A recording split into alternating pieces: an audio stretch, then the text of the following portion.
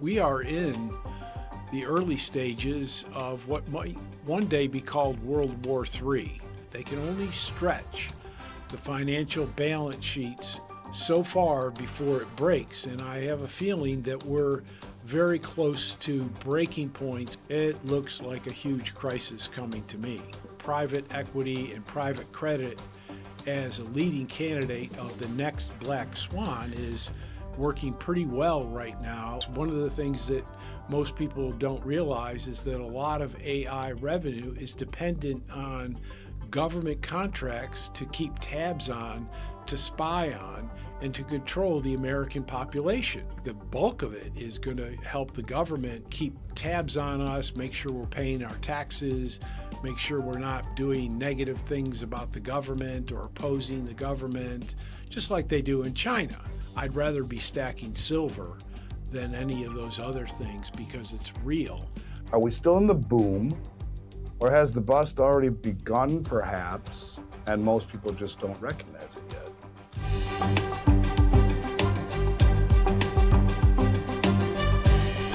This is Little by Little with Andy Schectman.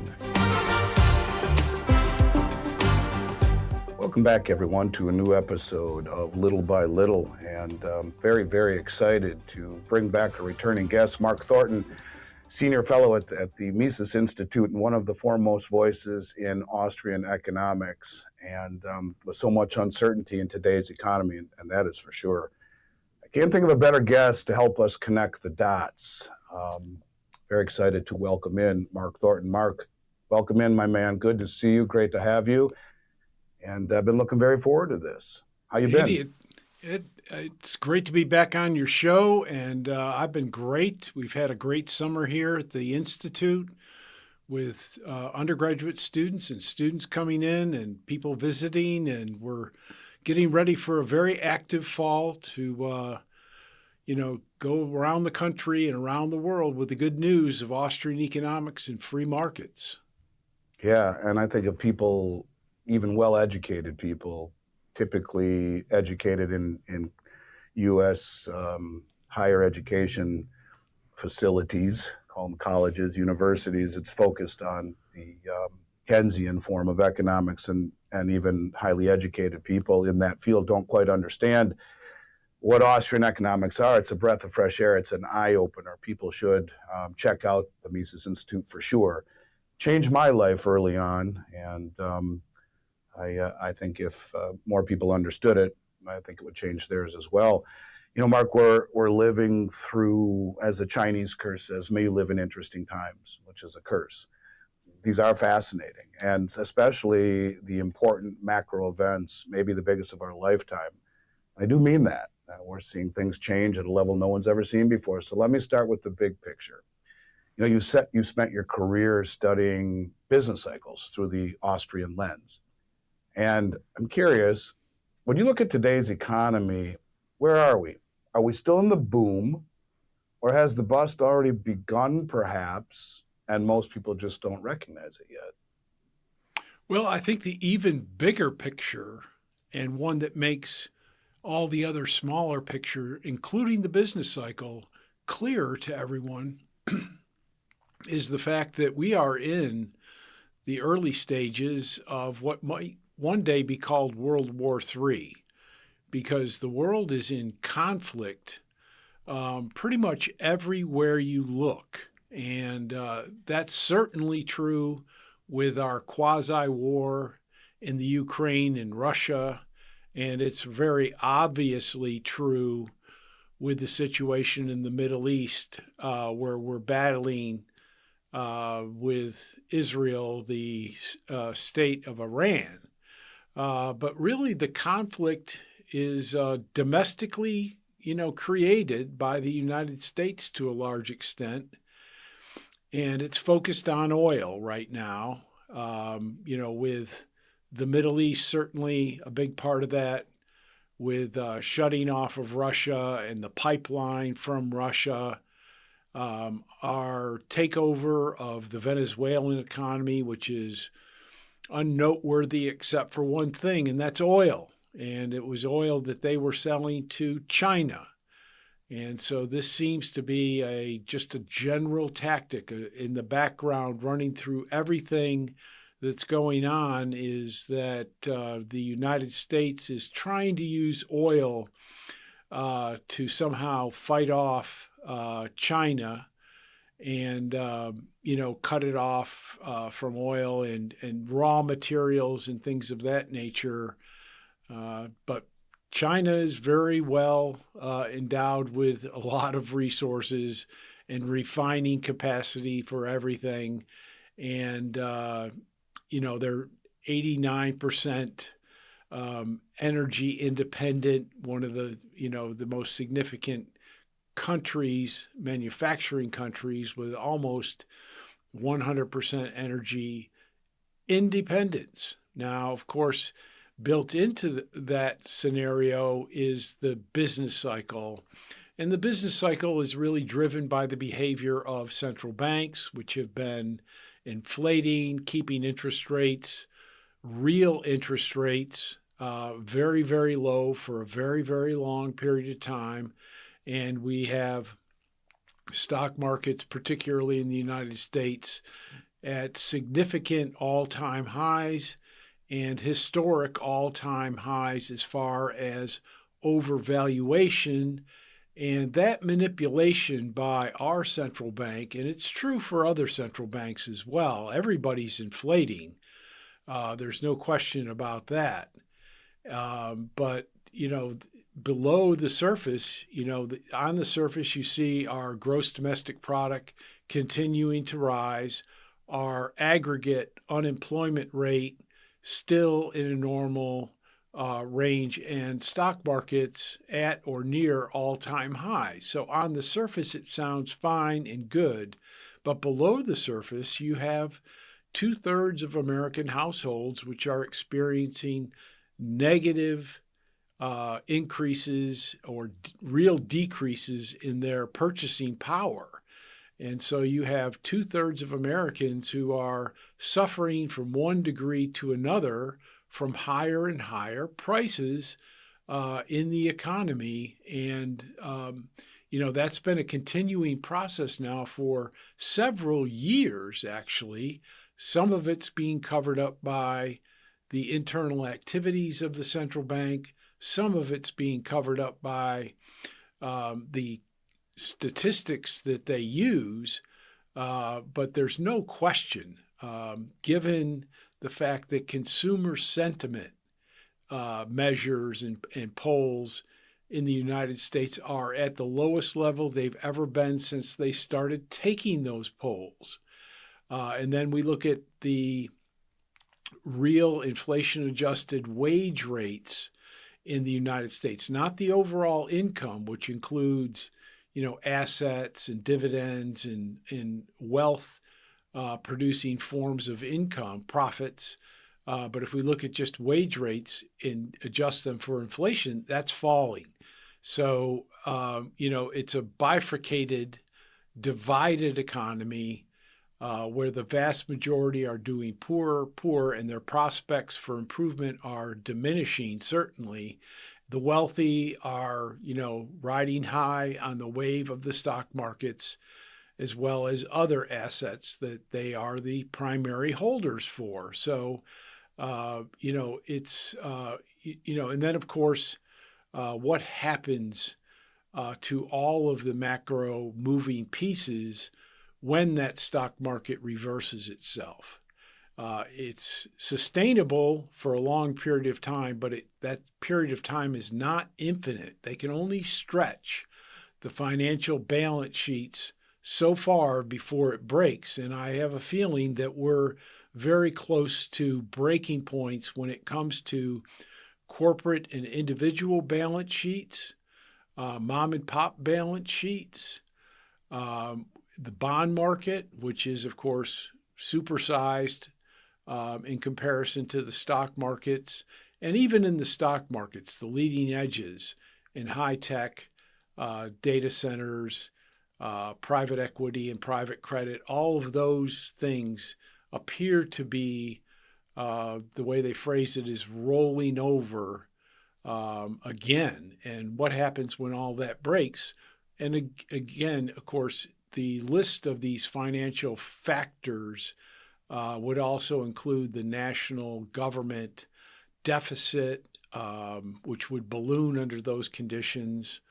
I mean, we're running World War style budget deficits in the federal government right now, and there's increasing pressures on that. And what happens when an economic and stock market crisis happen is that unemployment goes up, so government benefits have to increase, taxes collected by the government have to go down, and the deficit balloons. And if it balloons into the current bond market, U.S. government bond market, as well as Japan and Europe and so on and so forth, it looks like a huge crisis coming to me. Yeah, well said. I agree. A lot of what you said, in my mind, centers around one word, and that is trust, or lack thereof. You mentioned things like inflation, unemployment.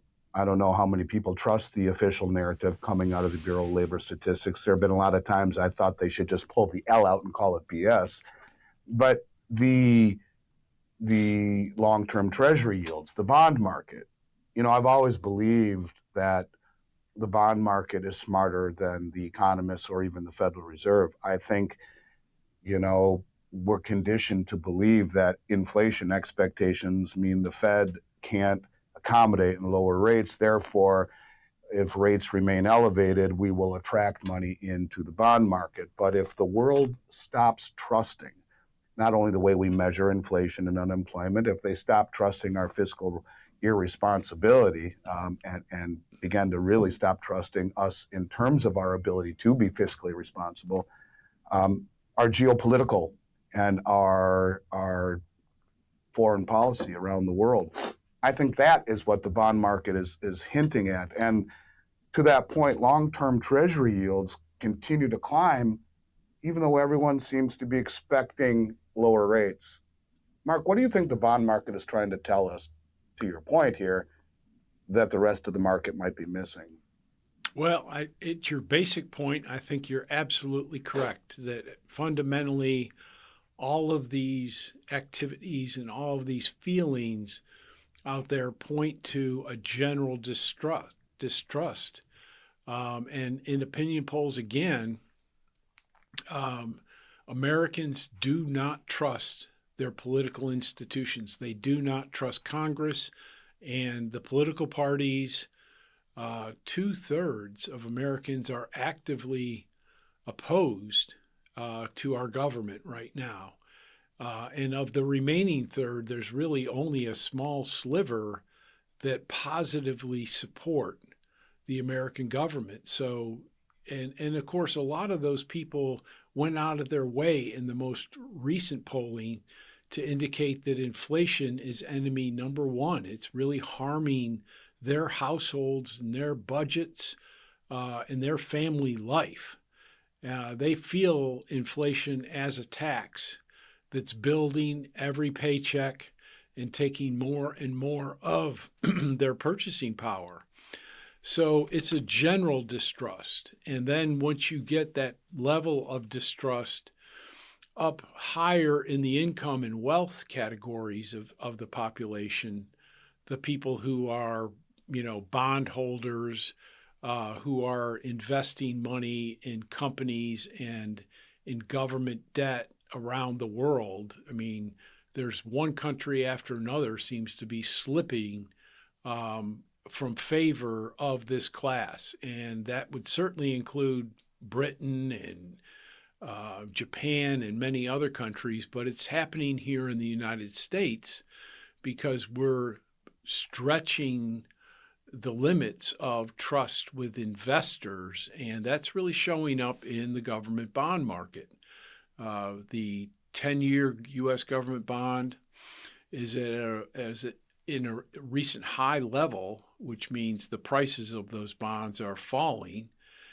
In the 30-year government bond, which, by the way, they're not really issuing much in the way of new long 30-year government bonds, and yet, despite the decreasing supply, the price of those bonds have been falling, and which is very atypical. And of course, the interest rate has risen.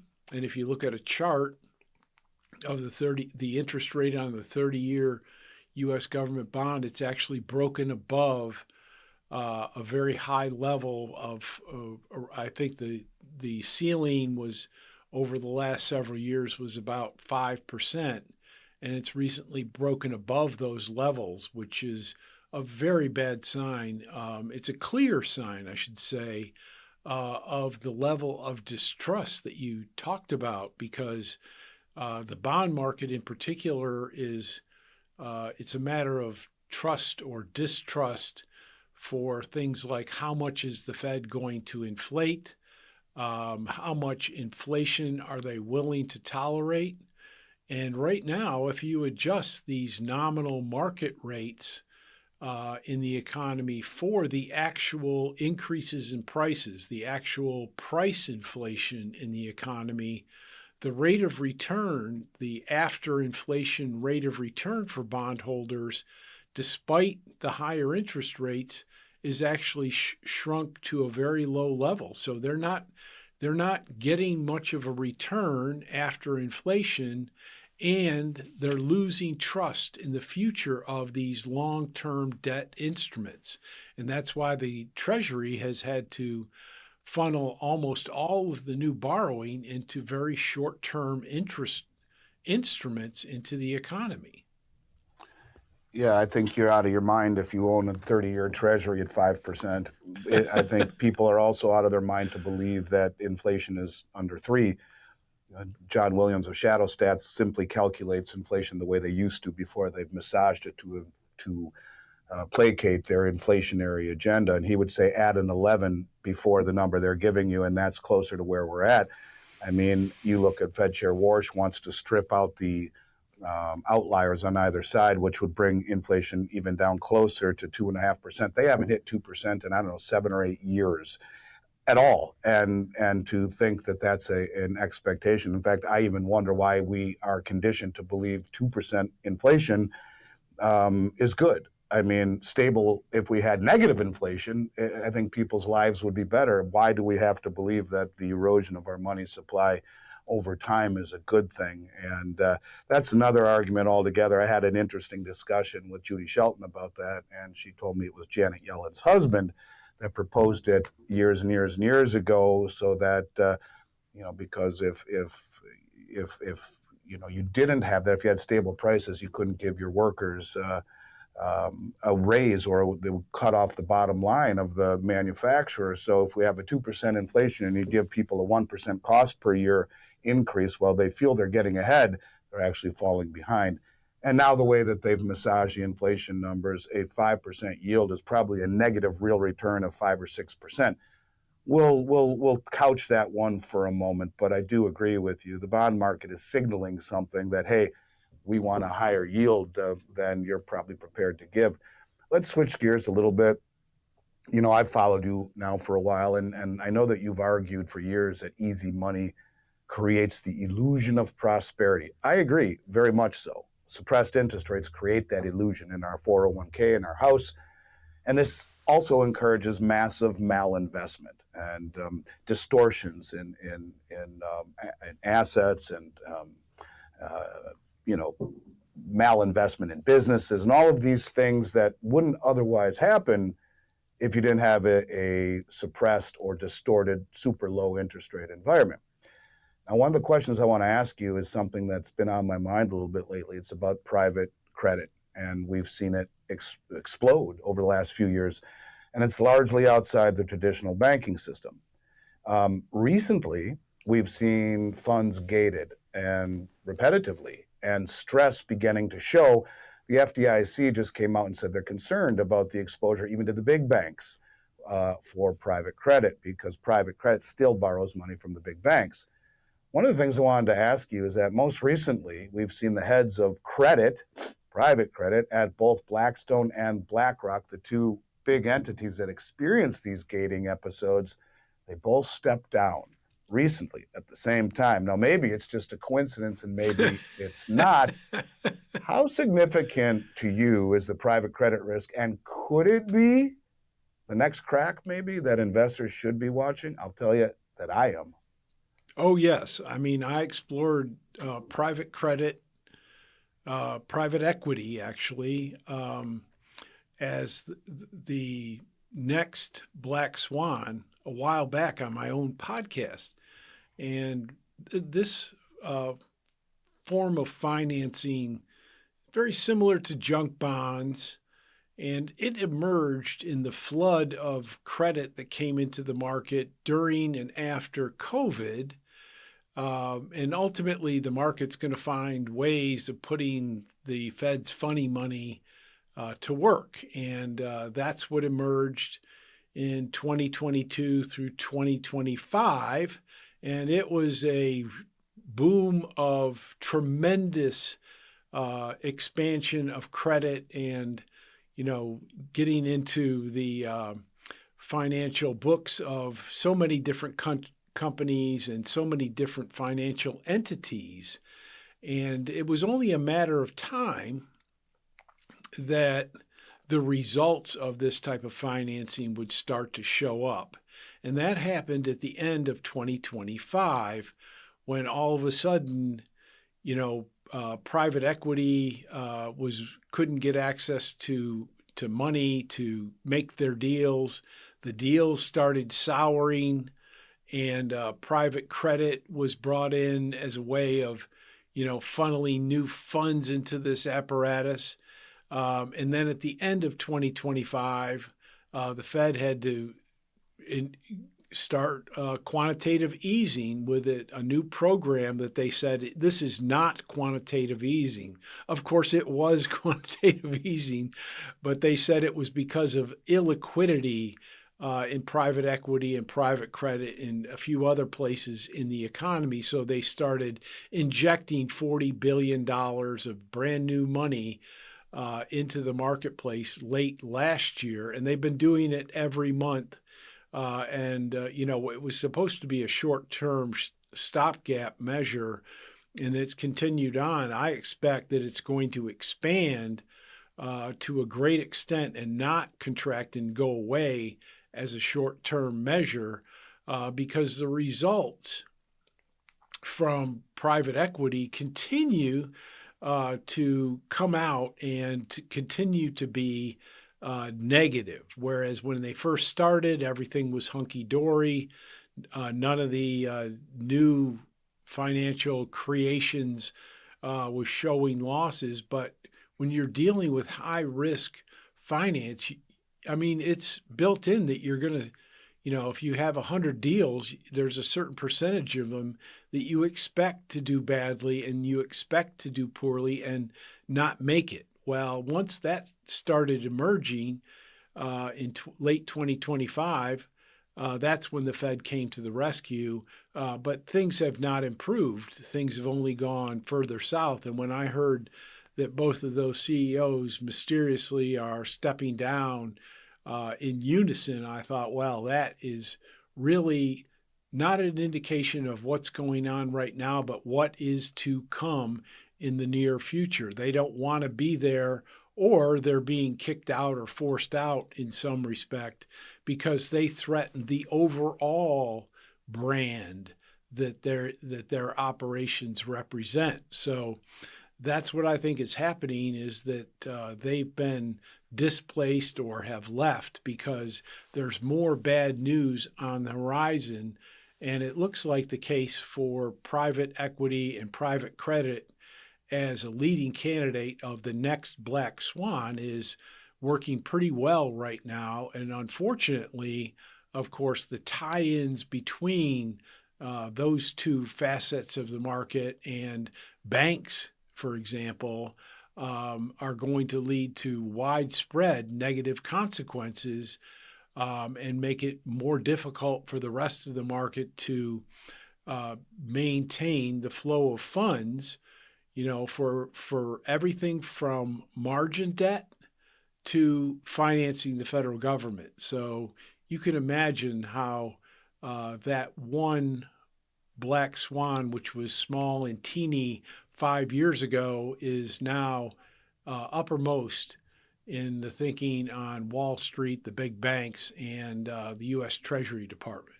Yeah, especially with margin debt at all-time high.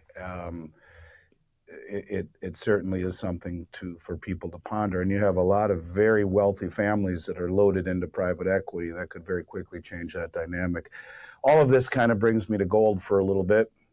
One question on it anyway. Most of my career, people in the mainstream, financial advisors, would dismiss gold. It didn't pay any interest. Those would call it a barbarous relic.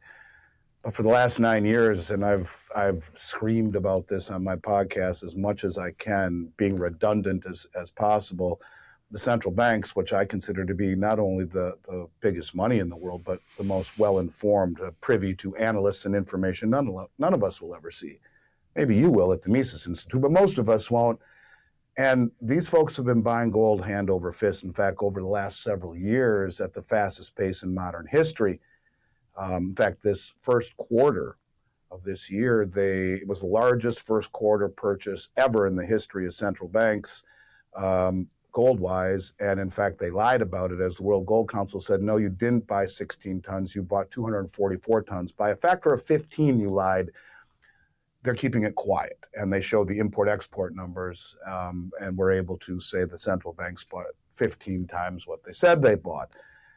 Same thing with China. They way underreported their numbers. Goldman Sachs just said it was underreported by 10 times or something to that degree. So the bottom line here is central banks are, as fast as they can, it seems, purchasing gold, all while reducing their exposure back again here to the common theme of U.S. Treasuries. I guess I'd like to ask your perspective. Do you think they understand something that the mainstream doesn't as it pertains to gold and to treasuries? And more importantly, as we watch a system of rails being payment systems like SIPs and Enbridge, of vaulting systems in Singapore, in Hong Kong, now in Dubai, Mumbai, Shanghai, Brazil, St. Petersburg, Moscow, the new BRICS vault, the vaulting, and now the settlement systems in Hong Kong in another currency. All of these things are being built. So my question is, not only what do the central banks understand that the mainstream investor or the mainstream market ignores, and do you believe that we are witnessing a bigger shift away from government debt as an asset, largely through weaponization, maybe that this realization of moving towards real monetary assets instead of U.S. treasuries? Hopefully that wasn't too convoluted. Bottom line is, what does the market not understand that the central banks do understand? And is gold moving towards a new system, or is this just simple diversification by the central banks? Well, it harkens back to my first statement about the status of war in the global economy, that we're inching and moving in that direction around the globe. And I think that the countries involved, which would include, of course, Russia and Eastern Europe and the Middle East and all of the BRICS countries, who have been aiming at an alternative rather than a monopolized global monetary system by the U.S. So they've been at it for a long time. But now you add these other conditions of global economic and military conflict, which is really greatly exacerbated the situation. And admittedly, right now it's quasi-wars and, the U.S. Censoring or censuring various countries and their holdings and so forth. But ultimately, gold is money, and it works under all conditions, including war. Whereas fiat paper money doesn't work at all, especially for the secondary and tertiary currencies. They lose almost all of their value in a global conflict. So it's not surprising that nations, governments, are moving in the direction of holding gold, a little bit of silver, more silver as well these days, in the countries that that center around the BRICS countries, so China, Brazil, Russia, India, and so forth, but also Turkey and Poland and other places that are closer and better informed about the nature of the conflict.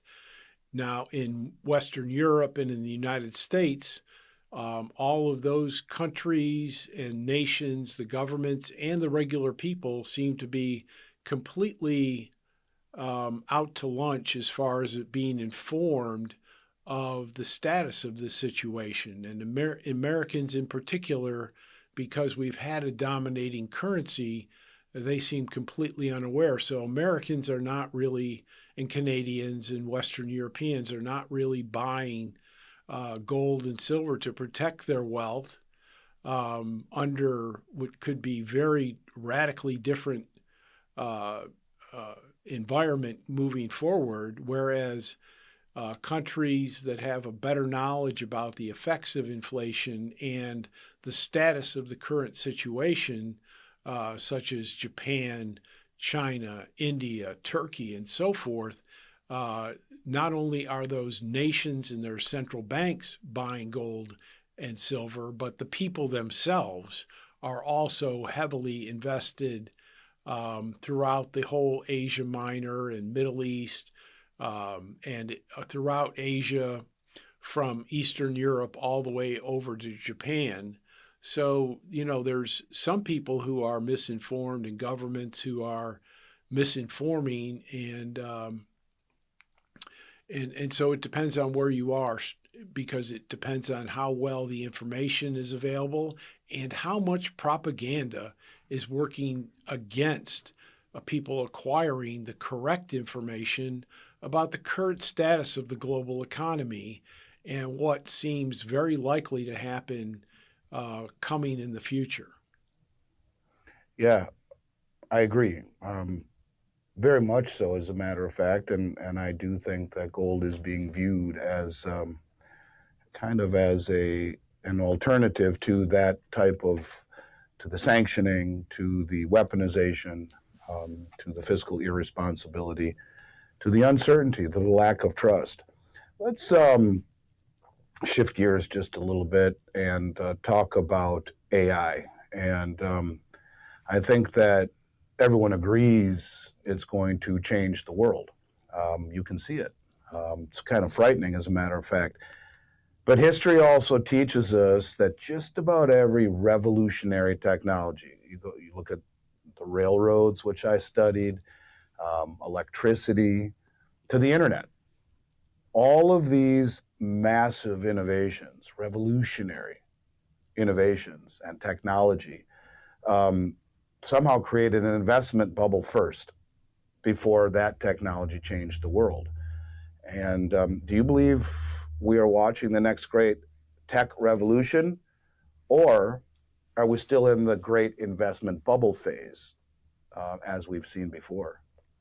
Yeah, a key feature of the Austrian business cycle theory is that the bubble forms and the name is given to a certain class of assets, and it's almost always associated with so-called advanced technologies. So the cutting edge technologies are where all of this massive flow of funds and credit, artificial credit from the central bank, where they tend to accumulate the most, whether that's housing or, in this case, artificial intelligence. And the key thing there is misinformation, the lack of information on the part of investors about what's really going on. And high tech is great at duping investors because they're sold these stories about productivity, and the productivity is true. It's real. There's no doubt about it that the internet and railroads and canals and so many other things made life for people more productive and better for society as a result. But under conditions of a lot of artificial credit entering the market, it's very easy to be lured in by stories rather than, profits and incomes of corporations, which are real and sustainable.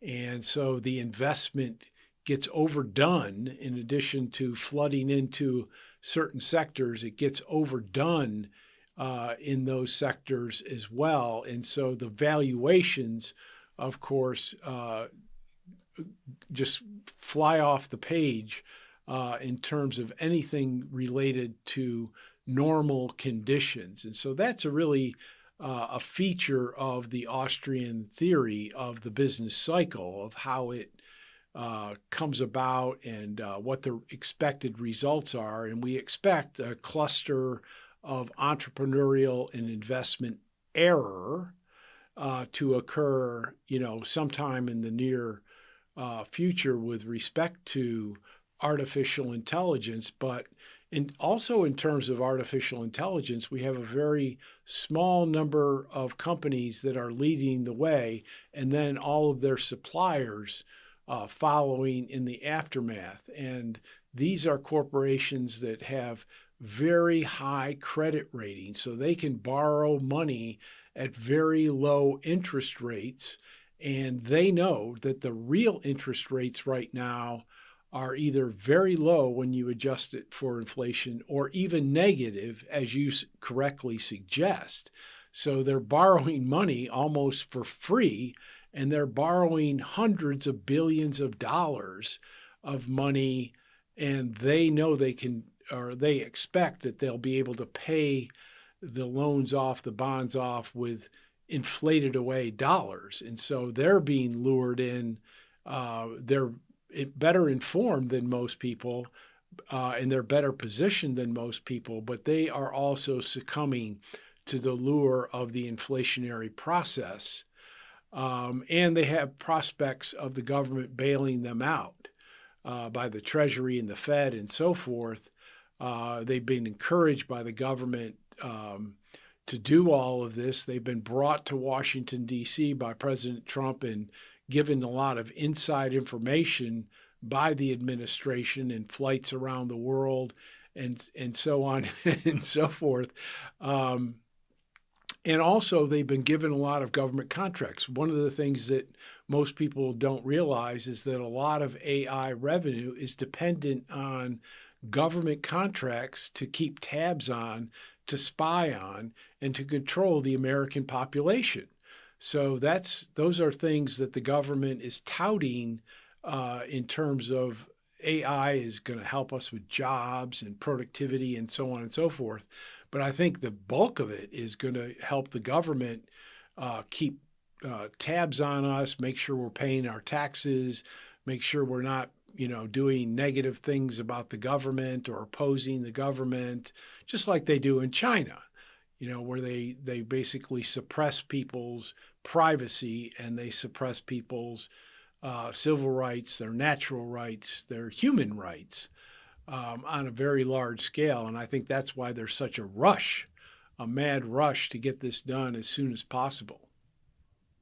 Yeah, Catherine Austin Fitz, who I've had the pleasure of getting to know a little bit and had lunch with her recently, talks about this as the digital surveillance state, digital ID. The Genius Act says we're moving towards digital money next January and beyond. This digital infrastructure, tokenizing all the real world assets, is certainly something to understand, and for everyone's sake, they should spend a little time researching it. It's eye-opening for sure. Finally, Mark, if your Austrian view of the world is right, and I tend to lean far more towards the Austrian side than the Keynesian, we've spent decades distorting markets, would be the theory, with cheap money, suppressed interest rates, excessive debt, which created distortions in asset prices and malinvestment in corporations, as an example. You're speaking in front of a group of young people, college or whatnot. what's the one piece of advice that you would like to leave people with if this theory is correct? If we are entering the period of time that you see coming, the result of the distortion of suppressed interest rates, decades of suppressed interest rates, the results of the fiscal irresponsibility, the weaponization of the treasury market, the possibility of rates moving higher and what that does to asset prices, all of these things that we've covered today, you got some advice that you would leave with a young person or anyone who's just trying to figure out what to do in this environment? What might that advice be? Well, I'm very optimistic about the future, Andy, despite everything that I said. I mean, because I deal mostly with young people and their education, I can see that most young adults have completely detached themselves from the major political parties and even the political process.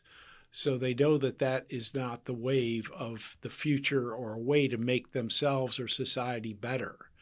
I've seen the American population turn against their government, oppose the government, and they do not support the government in opinion polling. Probably 10 times as many Americans now oppose what the government is doing compared to when I was in college. And also they've disconnected themselves with the mainstream media, and they're more likely to be watching your program than watching the 6 o'clock news on television. So they know the problems. They know that my generation has put $40 trillion of debt on their back.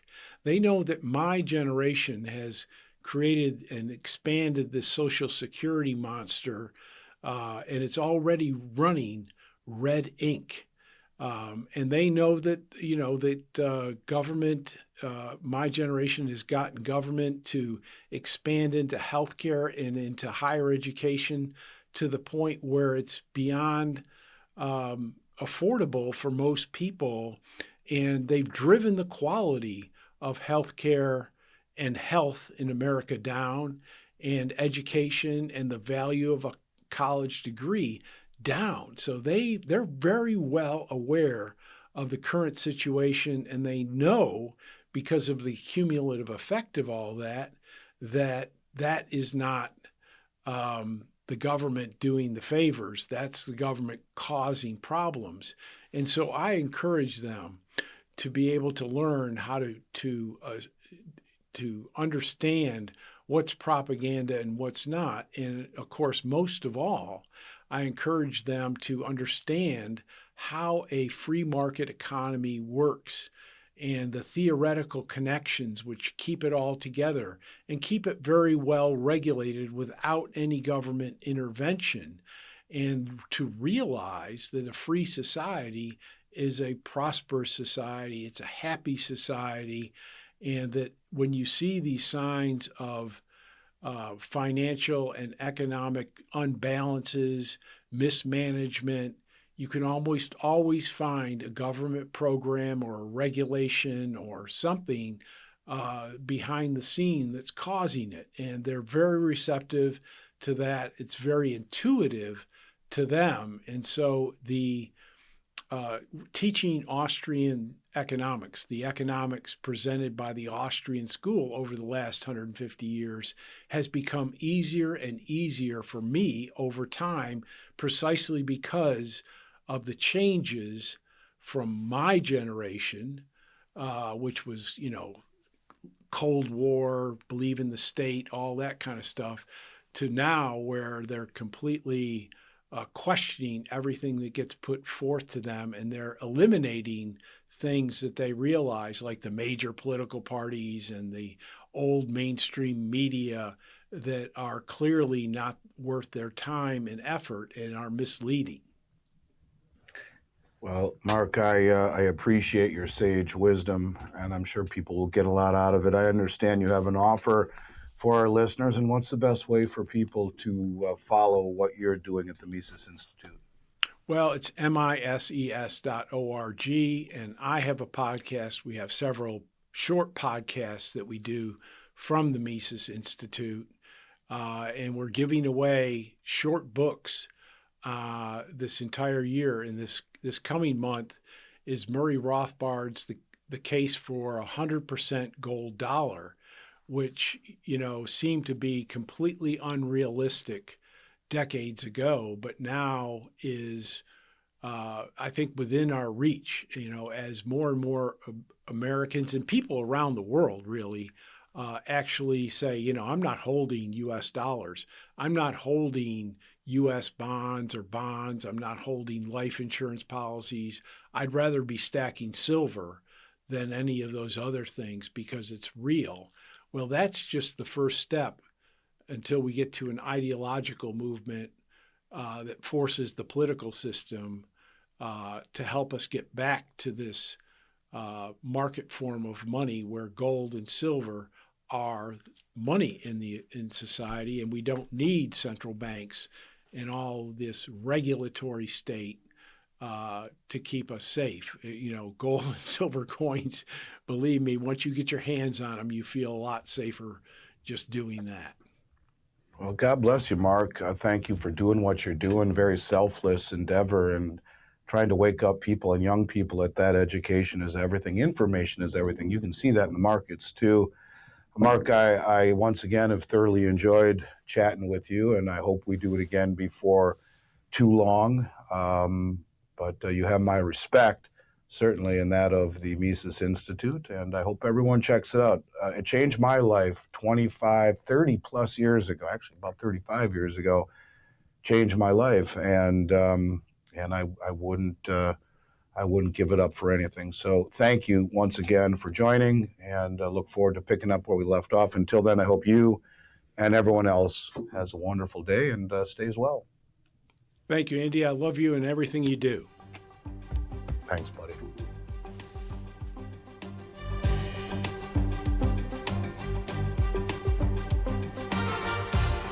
This is Little by Little with Andy Schectman.